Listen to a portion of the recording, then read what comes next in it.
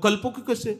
ऐसे ही जैसे 5 मिनट के गंदे आचरण का फल आजीवन कारावास, ऐसे ही पूरा जीवन तुम्हें भगवत भजन के लिए दिया गया था, अपने उद्धार के लिए दिया गया था, और तुमने मनमानी धर्म विरुद्ध आचरण किए, तो फिर धर्मराज जो भगवान के परम महाभागवत भक्त हैं, वो फिर इसका निर्णय करते। 1 सेकंड में करोड़ों जीवों का निर्णय हो जाता है।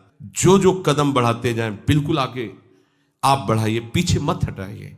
कोई भी परेशानी है, 1 हफ्ता 10 दिन, बस आज से ये बंद, आज से ये बंद, आज से बंद, नहीं बंद कर पाओगे। धीरे धीरे एक चीज छोड़ो, 2-4 महीने आराम से रहो, फिर धीरे से छोड़ो, फिर धीरे से छोड़ो, नाम को पकड़े रहो। इतने दिन हो गए तुम्हें भजन करते, ब्रह्मचर्य रहते, तुम्हें साधन करते, क्या मिला? और देखो ना इन लोगों को, कितने आनंदित है, विषयों में खेल रहे हैं, जो चाहे वो भोग रहे हैं, जो चाहे वो खा रहे, कितनी मौज मस्ती है। और इतने दिनों से हम ये संयम, ये संयम, ये संयम, मिला क्या यार? बिल्कुल साधन में सफलता नहीं मिल रही, बहुत समय तक सफलता नहीं मिल रही, अर्थात कोई दैवी संपत्ति नहीं दिखाई दे रही, कोई भगवद आनंद नहीं लग रहा, फिर भी सत्य है नाम, सत्य है धाम, सत्य है भगवत मार्ग, चुपचाप चलते रहो, तुम्हारे अशुभों का नाश हो रहा है, तुम्हें पता नहीं चल रहा है। धैर्य पूर्वक चलो, उकताओ मत, जीवन बीत जाए तो भी निराशा नहीं। भजन कर रहे हैं, कोई गलत आचरण तो नहीं कर रहे जिसमें हम संशय करें, इससे बढ़कर के बढ़िया कोई काम तो है नहीं। इसलिए अगर ऐसा कोई हमें कार्य दिखाई देता कि भजन से बढ़कर कोई बढ़िया काम, तो इसको रोक करके उसको करके देखते। सबसे बड़ा कार्य, सबसे महामहिम कार्य मनुष्य जीवन का भजन करना है, वो हम कर रहे हैं। प्रभु मिले ना मिले, हम भजन नहीं छोड़ने वाले। धैर्य पूर्वक बुद्धि को वश में कर लो, इस बात के लिए तुम्हें कभी वो विचलित न करे कि मुझे शांति नहीं मिली, आनंद नहीं मिला, भगवत साक्षात्कार नहीं हुआ, दिव्य स्वप्न नहीं आते, दिव्य महापुरुषों का संभाषण नहीं मिला, दर्शन नहीं हुआ। बिल्कुल आप शांत रहिए, ये आगे से आगे आपको मिलता। और आपको एक आंतरिक बात बता दें, परमार्थ में प्रभु इसलिए आपको आपके सद्गुणों का अनुभव नहीं होने देते कि आपको अहंकार आ जाएगा। जैसे जैसे सद्भावना भजन बढ़ता है, वैसे वैसे अपने में हे भाव आता है, मैं कितना नीच हूं, जैसे भजन करना चाहिए वैसा भजन नहीं होता। ये प्रभु की कृपा होती है कि अपने में अहंकार ना कर दैन्यता आए, और भजन जितना बढ़ाओगे उतने ही भजन की भूख बढ़ती चली जाएगी। कभी आपको ऐसा नहीं आएगा कि मैं बहुत भजन करता हूं। जब आपको बात आएगी तो हृदय से आएगा कि जैसा भजन होना चाहिए वैसा नहीं होता। ये सच्चे भजनानंदी का लक्षण है। उसका हृदय बोलेगा चल रहा है, बस एक क्रिया मात्र चल रही, जैसा होना चाहिए वैसा नहीं हो रहा, क्योंकि उसके सामने वो महापुरुष हैं जो प्रेम रस में डूबे हुए हैं, देख रहा है उनकी स्थिति को, तो उसको अपनी स्थिति बहुत लघु लग रही है।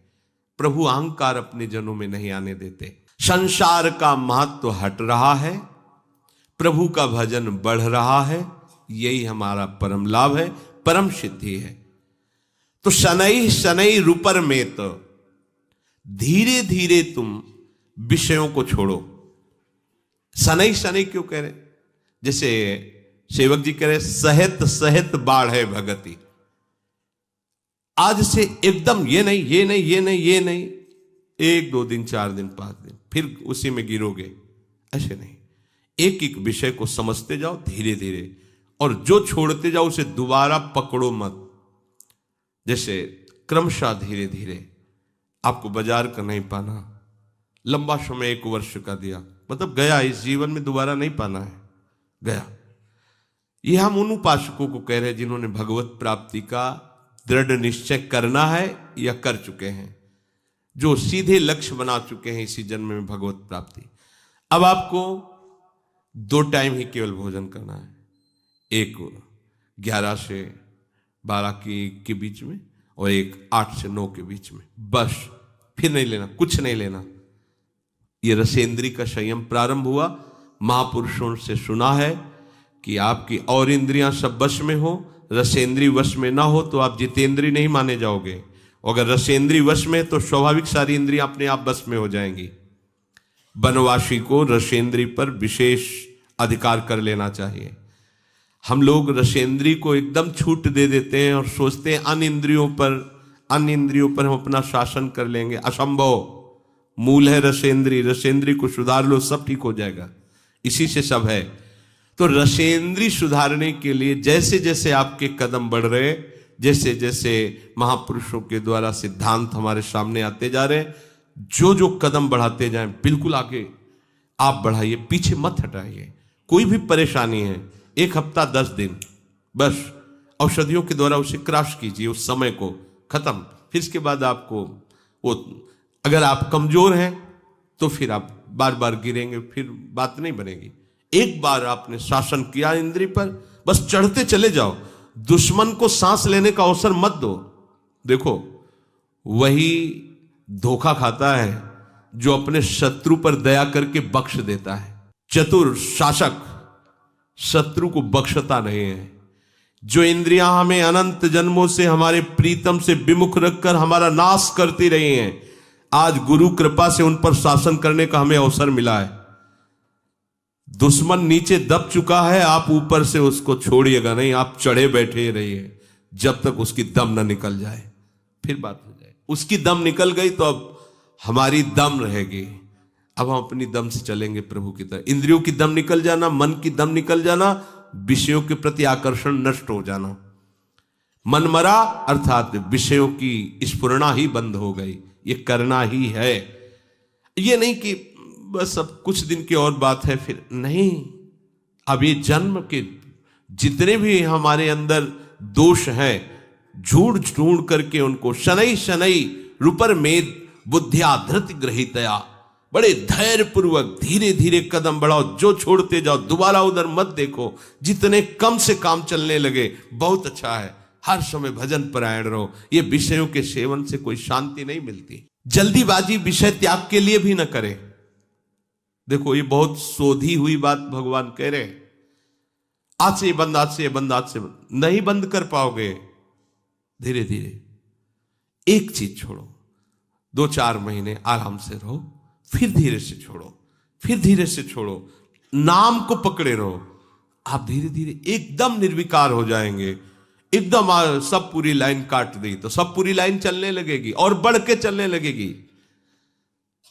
देखो, कोई भी विषय जब हम छोड़ते हैं तो जो इंद्री जिस विषय में आसक्त रही है वो पूरे जोर से हमको परास्त करने की कोशिश करेगी। जितना पहले सेवन नहीं करते उससे अधिक सेवन करने लगोगे। जब आप छोड़ने का संकल्प बनाना चाहोगे, वो आपको ये दिखा देगी कि तुम मेरे बिना जी नहीं सकते हो। अब आपको दिखाना है कि मैं तुम्हारे को मार के रहूंगा। धीरे धीरे धीरे धीरे कदम बढ़ाते हो जाओ। उसको ये समझने न दो कि हम इसे छोड़ने वाले हैं।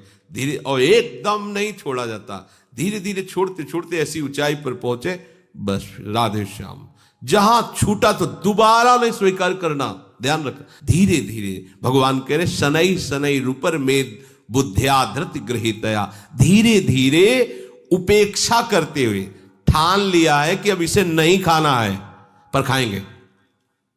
धीरे धीरे उसको छोड़ेंगे। एक को जिस दिन छोड़ पाए फिर उसके बाद चाहे मर जाए उसे खाएंगे नहीं। ये नियम लेना चाहिए। धीरे धीरे जिस विषय का त्याग किया उससे मुक्त हो गए। हमें पूरे जगत से मुक्त होना है, पूरे जीवन मुक्त होना है। तो धीरे धीरे जिस विषय की आवश्यकता नहीं थी प्रभु ने छुड़वा दिया। अनावश्यक वस्तुएं, जो आवश्यक है रोटी दाल पानी हवा, ये हमें सब मिल रही शरीर पोषण के लिए। धीरे धीरे विषयों की उपेक्षा करते हुए उदासीन हो जाए और फिर एकदम उपराम हो जाए, उसका चिंतन नहीं छोड़ दे। देखो, चिंतन तब छूट जाएगा जब आपको यह कि अब कोई व्यवस्था उसकी बनने ही वाली नहीं है। कामनाओं का त्याग करने के लिए तुम उत्साहित रहो। हम काहे के लिए उत्साहित रहते? कामनाओं के द्वारा भोग भोगने के लिए। और परमार्थ क्या कह रहा है? कामनाओं के त्याग के लिए तुम उत्साहित रहो। मन से इंद्रिय समूह का संयमन करते रहो। ये मन आपको सहयोग नहीं देगा, आपको इसे प्रभु के आश्रय से जबरदस्ती हटाना होगा। आप सोचे कि कभी ना कभी तो मन उब जाएगा, तो जब से सृष्टि रची गई तब से आज तक नहीं उबा है। हे हरिजू, इसे बहुत समझाते हैं, विषयों में सुख नहीं है, प्रपंच में कोई तुम्हारा साथ देने वाला नहीं है, ये सब झूठा है। निशिदिन नाथ देव सिख बहुविधि। भरत, इसका स्वभाव बड़ा चंचल और विषयों की तरफ जाने का है, ये मानता नहीं, बड़ा हठी स्वभाव का है। उन्हीं विषयों पर जा रहा है जिन पर हम मना कर रहे हैं। शास्त्र की बातें सामने रख करके इसको सिखा रहे हैं, इसको बहुत समझा रहे हैं कि देखो अनंत जन्मों में भोगते रहे, कोई सुख नहीं, अब हरि शरण में आ जाओ। नहीं समझ रहा, थोड़ी देर के लिए तो समझता है, ऐसा नहीं कि बिल्कुल नहीं समझ रहा है। कैसे थोड़ी देर के लिए? जब युवती गर्भवती होती है, प्रसव का समय आता है तो भयानक पीड़ा होती है। उस पीड़ा के समय वो निश्चय करती है कि अब पति का संग नहीं करूंगी, ये बड़ा कष्टदायी है। फिर समय आता है वो भूल जाती है। बस ऐसे ही जब मन फंसता है, पिटाई होती है इसकी, तब कहता है कभी गलती नहीं करूं, एक बार क्षमा कर दो। और जहां फिर समय मिला फिर वही चला जाता है। वह अनुकूल विशार शूल सट पुनि कल पति ही भजय। हे नाथ, इसे बहुत जगह ठोकरें मिलती है, लाते खाता है, पर वापस आने की सोचता ही नहीं। बड़ा विचित्र मन है। कह रहे इसे बहुत समझा रहा हूं, ये बड़ा विचित्र मन है। ये 100 जूता खाएगा फिर भी वहीं जाकर के बैठेगा, पैर छूने की कोशिश करेगा कि मुझे बैठे रहने दीजिए उन्हीं विषय द्वारों पर। सिर पद त्राण बजे, जूते का प्रहार खोपड़ी में खाकर फिर भी 100 जूता खाए, तमाशा घुस के देखे जाए। गांव की कहावत में ये मन की दशा ऐसी है, ये विषय लोलुप मन बार बार। आप देखो 5 मिनट के अपराध में पूरे जीवन के लिए सजा हो जाती है। 5 मिनट के मन के अधीन होने पर ऐसी क्रिया बन जाती है जिसका परिणाम होता है पूरे जीवन की आजीवन कारावास। सोचो 5 मिनट हम नहीं संभाल पाए तो आजीवन हमको दंड भोगना पड़ा, और अगर ये जन्म नहीं संभाल पाए तो हमें कितना बड़ा दंड मिलेगा। आप यही की बात समझना। अच्छा, आपको लगता है कि हमारी कोई बात जान नहीं रहा, हमें तो कोई सजा नहीं मिली, हम तो यहां स्थूल कानून है, एक सूक्ष्म अदालत है जिसमें किसी गवाही की जरूरत नहीं है, किसी रिपोर्ट की जरूरत नहीं है, किसी भी वकील की जरूरत नहीं है। बिना वकील के, बिना गवाही के, बिना किसी कानून के अपने आप वो आपको सिस्टम पहुंचा देगा उसी दंड पर। एक 5 मिनट की गलती जीवन की खुली तो आजीवन कारावास, और आजीवन पूरा तुमने बर्बाद किया भगवत विमुख होकर, तो इसका दंड यमपुरी में मिलेगा। ये कल्पों में मिलता है, कल्पों में। बोले 5 मिनट की गलती के कारण तुम्हें आजीवन कारावास, और पूरे जीवन भगवत विमुख रहकर गंदे आचरण करते रहे, कोई नहीं जाना माना, निकल गए यहां से तो निकल गए, लेकिन वो सूक्ष्म अदालत जो यमपुरी है वहां तुम्हें कल्पों की सजा होती है। वहां ये तुम्हें लगता होगा कल्पों की कैसे? ऐसे ही जैसे 5 मिनट के गंदे आचरण का फल आजीवन कारावास, ऐसे ही पूरा जीवन तुम्हें भगवत भजन के लिए दिया गया था, अपने उद्धार के लिए दिया गया था, और तुमने मनमानी धर्म विरुद्ध आचरण किए। तो फिर धर्मराज जो भगवान के परम महाभागवत भक्त हैं, वो फिर इसका निर्णय करते। 1 सेकंड में करोड़ों जीवों का निर्णय हो जाता है, 1 सेकंड में करोड़ों जीवों का। वो ऐसी थोड़ी सरकार कि वहां कंप्यूटर चलाना पड़े, नहीं। हाँ भाई वकील तुम बोलो, वो बोलो, नहीं, वहां तो 1 सेकंड में करोड़ों जीवों का हिसाब होता है। पूरी सृष्टि का न्यायालय है वो, पूरी सृष्टि का, और लगातार चलता ही रहता है वहां। और वहां मरना है नहीं, वहां केवल दंड ही दंड है, भोगना ही भोगना है, सांस लेने का भी सुख नहीं है। भयभीत हो जाओ, जैसी हित हरिवंश हित सजनी स्वरूपा महाप्रभु ने ये कहा, बहुत बड़ी बात कह दी। प्रिया प्रीतम के सुख का वर्णन करने वाले महापुरुष थोड़ा सा संकेत, जय सीत हरिवंश नरक गति दुर्बर। नहीं मानता है मन। हम अपनी इंद्रियों की गंदगी ये साफ करें, जो इंद्रियां बार बार गंदे विषयों की तरफ जा रहे हैं, और इसकी सफाई के लिए समर्थ है नाम। नाम, निरंतर नाम, भूलिए मत, घाटा मत कीजिए। ये परम धन है, सच्चिदानंद में। त्रिकाल में भी, महाप्रलय में इस नाम का नाश नहीं होता। ये सुरक्षित रहेगा, आप जहां भी होगे आपके पास रहेगा, ये आपकी सुरक्षा करेगा, आपको सुख प्रदान करेगा। ये आपका बल है, ये नाम ही बल है। वो बड़े अभागी हैं जो इस बल को न रखकर और बल को रखते हैं। अपबल तपबल और बाहुबल, चौथो बल है दाम। सूर किशोर कृपाते सब बल, हारे को हरिनाम, ये है सब बल। पर जो इधर से हार गया है जगत की तरफ से, थक गए प्रभु। मेरे नेत्र, मेरे हाथ, मेरे पैर, मेरी बुद्धि, मेरा बल, सबने साथ छोड़ दिया, तब ये नाम का बल पकड़ा जाता है। अभी आप थोड़े बारे कोई न कोई बल का आश्रय लिए, इसलिए नाम को भूल जाते नहीं। कैसे भूल सकते हैं? महाबल नाम है, तत्काल रक्षा करता है, सर्व सामर्थ्यशाली है। अपने लोग इतनी महामहिम नाम की महिमा सुन करके भी प्रीति नहीं कर पा रहे। दुर्भाग्य नहीं तो और क्या है। नाम को छोड़कर और कुछ बोलते हैं, और कुछ सोचते हैं, और कुछ चिंतन करते हैं, राग द्वेष का चिंतन करते हैं, भोगों का चिंतन करते हैं। अभी मूढ़ता छोड़ नहीं पा रही। हमारी बुद्धि इस मूढ़ता को नहीं छोड़ पा रही। तो भगवान कह रहे छोड़ो। श्री भगवान कह रहे बुद्धि में ऐसा धैर्य रखो, धीरे धीरे इन विषयों को छोड़ते चले जाओ, इनसे उपराम होते चले जाओ। एकमात्र अपने आराध्य देव युगल सरकार में सम्यक रूप से बुद्धि की स्थापना कर दो। धीरे धीरे विषय छोड़ने की बात कही गई। एकदम उकताया हुआ हाथ छोड़ा, 10 दिन बाद फिर उसी में गिर गए, ऐसा नहीं। क्रम से धीरे धीरे जितना पैर आगे बढ़ाओ, फिर पीछे मत हटाओ। जो छूटा उसे दोबारा सेवन मत करो। वो हमारा जीवन नहीं है। उसके बिना हमारा जीवन चल जाएगा, लेकिन प्रभु के बिना हमारा जीवन नहीं चलेगा। संसारी आदमी का जीवन प्रभु के बिना चल रहा है, ऐसा अनुभव में आता है उसको। रुपया नहीं तो जीवन नहीं, रिश्ते नाते सने संबंधी नहीं तो हमारा जीवन नहीं, भोग सामग्री नहीं तो जीवन नहीं। तो फिर क्या आत्महत्या कर ले? यही हो रहा है। लेकिन वास्तविक बात है, प्रभु नहीं तो हमारा जीवन नहीं, उन्हीं से हमारा जीवन। जब ये समझ जाओगे तो ये बात नहीं आएगी कि मैं अपने शरीर को नष्ट कर दूं। आपका हृदय किसी भी परिस्थिति, किसी भी समस्या में हो, आनंदित रहेगा, क्योंकि आपके जीवन धन आपके साथ है। और वो जीवन धन कौन है? जो अनंत ब्रह्मांडों के स्वामी। तो कमी क्या?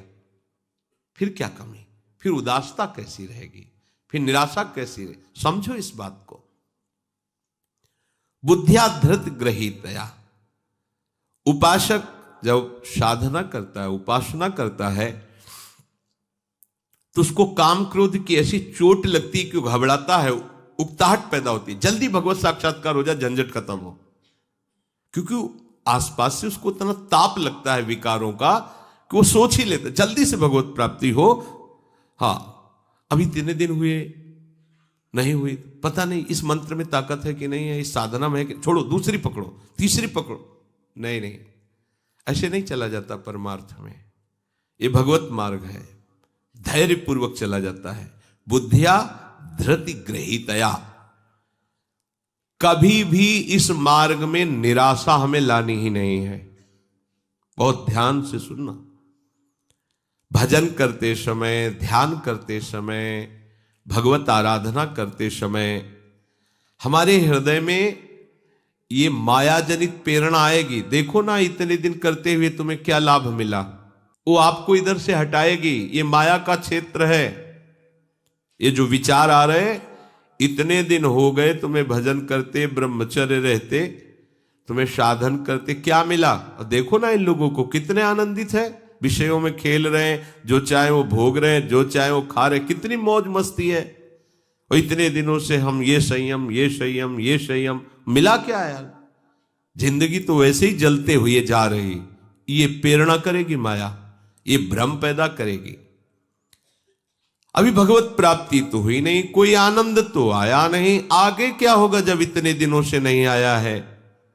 इस बात को लेकर साधक को माया अपने में आकर्षित करती है। देखो, उधर नहीं मिला ना, इधर तुरंत देंगे, ये भोग भोग लो, ये देख लो, ये सूंघ लो, ये खा लो, ये पी लो। और साधक भूल कर बैठता है, कर बैठता है। जो असावधान साधक है वो चख लेता है, फिर जो जहर चढ़ता है वासना का, फिर उपासना में प्रवेश ही नहीं हो पाता। साधक को सावधान रहना है कि हम भजन का अभ्यास जो कर रहे हैं यही सिद्धि है। बार बार वही बात समझाई जा रही। आपको उकताने की जरूरत नहीं, घबराहट नहीं, निराशा नहीं, उकताना नहीं है, धैर्य रखना है। बिल्कुल साधन में सफलता नहीं मिल रही, बहुत समय तक सफलता नहीं मिल रही, अर्थात कोई दैवी संपत्ति नहीं दिखाई दे रही, कोई भगवद आनंद नहीं लग रहा, फिर भी सत्य है नाम, सत्य है धाम, सत्य है भगवत मार्ग, चुपचाप चलते रहो, तुम्हारे अशुभों का नाश हो रहा है, तुम्हें पता नहीं चल रहा है। तुम्हें विफलता दिखाई दे रही है लेकिन उसमें सफलता है, तुम्हें समझ में नहीं आ रहा। माया में सफलता दिखाई दे रही लेकिन तुम विफलता है, तुम्हें समझ में नहीं आ रहा। वर्षों के वर्षों बीत जाएं, शरीर भले छूट जाए, परवाह नहीं, पर भजन नहीं छूटने देंगे, कुछ लाभ मिले या ना मिले। ये इस मार्ग का उपासक कैसा धैर्यवान होता है। पूज्यपाद श्री उड़िया बाबा जी महाराज जब साधन काल में साधना करते थे तो एक छवि ऐसे रखते थे महात्मा बुद्ध की, और ये श्लोक उस छवि के ऊपर लिखा हुआ था, और उस छवि में महात्मा बुद्ध की हड्डी हड्डी केवल शरीर में रह गई थी, शुष्क एकदम शरीर सूख गया था, कृष्ण एकदम शरीर, आंख मूंदे हुए एक वृक्ष के नीचे बैठे हुए, ऊपर ये श्लोक लिखा हुआ था, इहासने शुष्यतु मे शरीरम त्वगस्थिमांशं प्रलयं च यातु अप्राप्य बोधम बहुकल्प दुर्लभम नैवासनात् कायमिदं चलिष्यति। इसी आसन पर बैठे हुए मेरा शरीर सूख जाए, चमड़ी मांस हड्डी तक गल जाए, नष्ट हो जाए, पर जब तक ब्रह्मबोध नहीं होता तब तक मैं उठने वाला नहीं। ये महात्मा बुद्ध जी ने पहला संकल्प किया था जब घर से निकलकर एक आसन पर बैठे, तो ये संकल्प, यह आसने शुष्यत में शरीरम त्वगस्थिमांसम प्रलयम चयाति, ये त्वगेंद्री, ये अस्थि, ये मांस, ये सब गलित हो जाएं, तो भी जब तक भगवत साक्षात्कार नहीं होगा, ब्रह्मबोध नहीं होगा, तब तक मैं इस आसन से उठने वाला नहीं। बहुकल्प दुर्लभम, जो बहुत कल्पों में नहीं प्राप्त होता, अगर वो इसी जन्म में प्राप्त हो जाए तो कितना सस्ता सौदा है। हम महीने, 2 महीने, 4 महीने, 6 महीने में घबराने लगते हैं, कोई हमारे को दिव्यता अनुभव में नहीं आ रही। राधा राधा बोल रहे हो, धाम में रह रहे हो, धाम के आश्रित हो, भगवत मार्ग में चल रहे हो, ये तुम्हें दिव्यता नहीं दिखाई दे रही।